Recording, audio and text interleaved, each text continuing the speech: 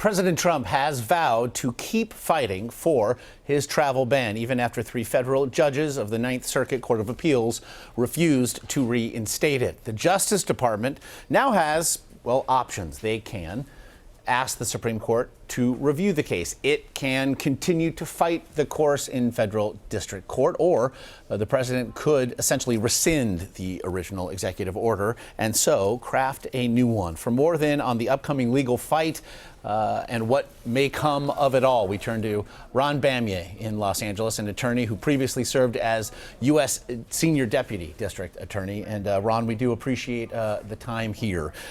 So as the travel ban does remain blocked, as the lower courts do consider the legality of it, the president has stated that he will see us in court. It presumes the Supreme Court. From a logistical standpoint, then, what would come next there?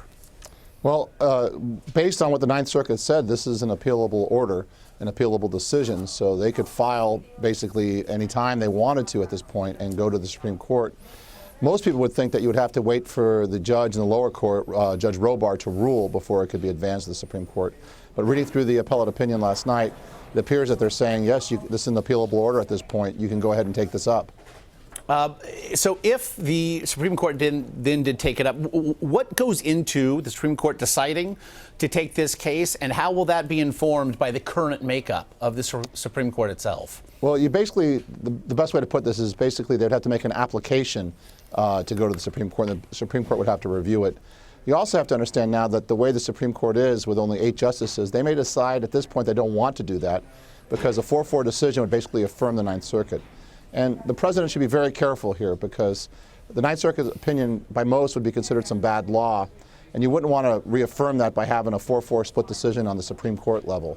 I think the more obvious aspect for the president to really consider at this point is to withdraw the executive order, rescind it, and issue a new one that would be more likely to be upheld at a higher level. Even in these last, 12 hours or so, that certainly has seemed to be the thought of the legal community who've been commenting here, that this order need be rescinded and it need be recrafted. Could they essentially use the decision of the Ninth Circuit to essentially see the borders in which they would be expected to color?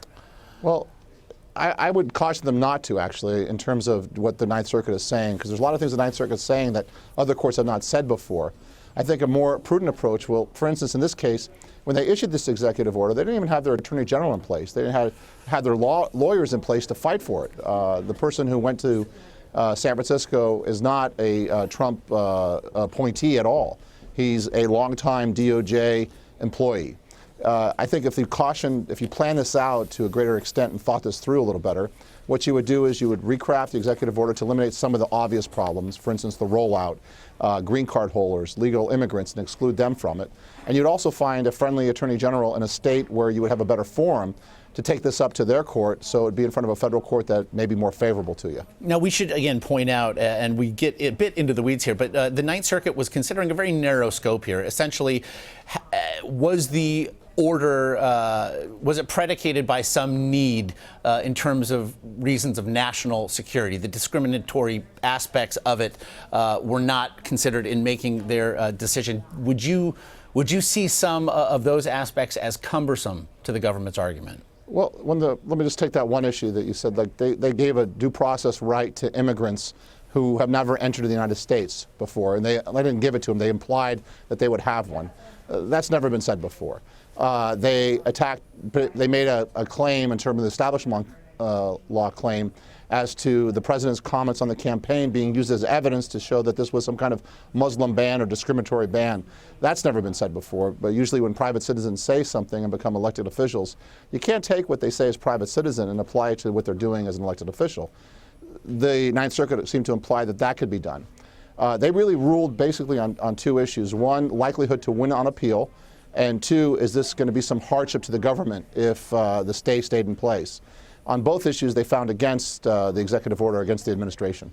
To the best of your opinion, what element did the rancorous rhetoric that has surrounded this case, that drew the Supreme Court nominee of the president, Neil Gorsuch, into the crosshairs at one point, discussing the idea of it being disheartening to hear the president attack an independent judiciary. You mentioned that the president's own rhetoric as a candidate was, in fact, seemed to be on the table here. The notion that somehow this is political, how did that inform what was decided, and how might it inform what happens next? Well, first of all, you have to realize why they're in the forum they're in. They were in front of Judge Robart because the state of Washington brought this up before him. They did so knowing they were in a favorable forum. They knew that any appeal would go to the Ninth Circuit, which most people on this side of the issue, on their side of the issue, would think is a favorable forum. The judges who ruled on the Ninth Circuit on this opinion, two of them are considered pretty liberal jurists. And so going in to this, it was politically charged. It was all done with political thoughts in mind, where the forum selected, the judges this was in front of. This was all done and planned out for that reason.